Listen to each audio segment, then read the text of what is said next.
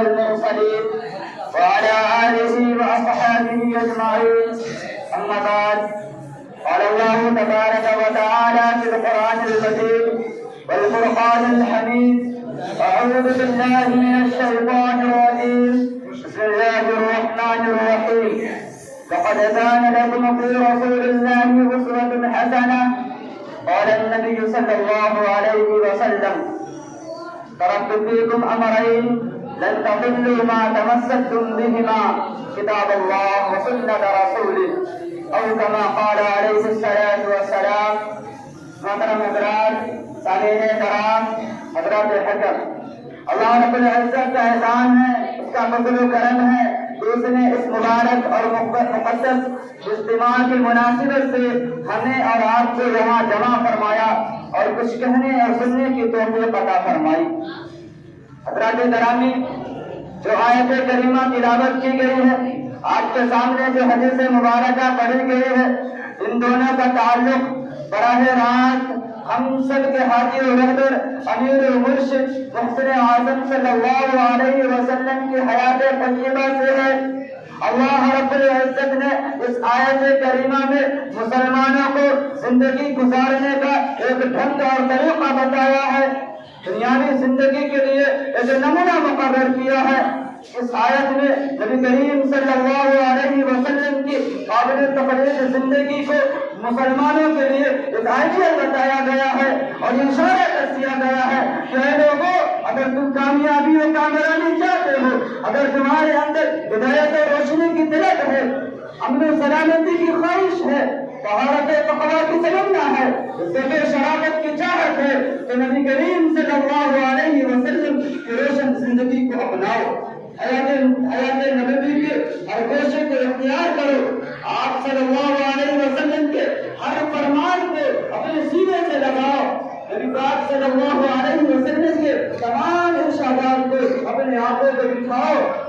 اور سنت نبوی کو اپنے زندگیوں میں داخل کر کے ساری دنیا کے سامنے یہ اعلان کر دو کہ خلاف رائے پیغمبر قدم جو بھی اٹھائے گا، خلاف رائے پیغمبر قدم جو بھی اٹھائے گا، کبھی رفتہ نہ پائے گا، کبھی منزل نہ پائے گا۔ میرے دوستو، پوری اسلامی تاریخ گواہ ہے،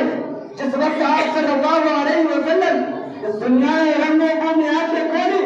پوری دنیا تاریخی و ظلمت کے ڈٹا کے اندھیرے میں ڈوبی ہوئی تھی، کفر و شرک برسر اقتدار تھا، شہادت و لا علمی کا دورہ تھا، الفت و محبت نام کی بھی کوئی چیز نہیں تھی، انسان کے خون کا پیاسا تھا، قتل و غارت گری کا بازار گرم تھا، اور ایسا محسوس ہو رہا تھا کہ اس دنیا میں ہدایت و روشنی کا سورج شروع نہیں ہوگا، اس دنیا کو انسانیت کا درس نہیں ملے گا اور ہمیشہ کے لیے لوگ آداب انسانیت سے محروم ہو جائیں گے۔ لیکن میرے دوستو، ایسے نازک پرآشوب دور میں ایک ایسی ذات کا ظہور ہوا جسے نور ہدایت کی امریکہ بھی حاصل تھی، ایک ایسی ہستی نے جنم لیا جو علم و ادب کا حسین سید تھی، ایک ایسی شخصیت معرض وجود میں آئی جو الفت و محبت کا انوکھا سرچشمہ تھی، وہ ذات جو لوگوں کے لیے یقین محکم کا درجہ رکھتی تھی،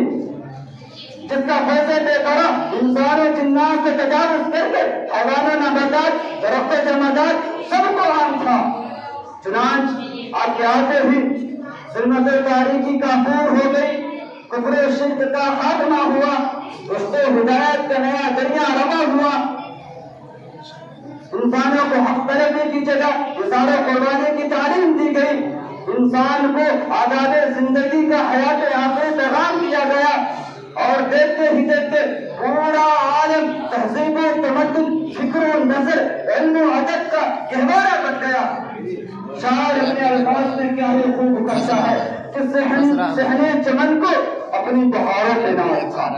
صحن چمن کو اپنی بہاروں پہ ناز تھا، وہ آ گئے کہ ساری بہاروں پہ چھا گئے۔ میرے دوستو، دنیا نے دیکھا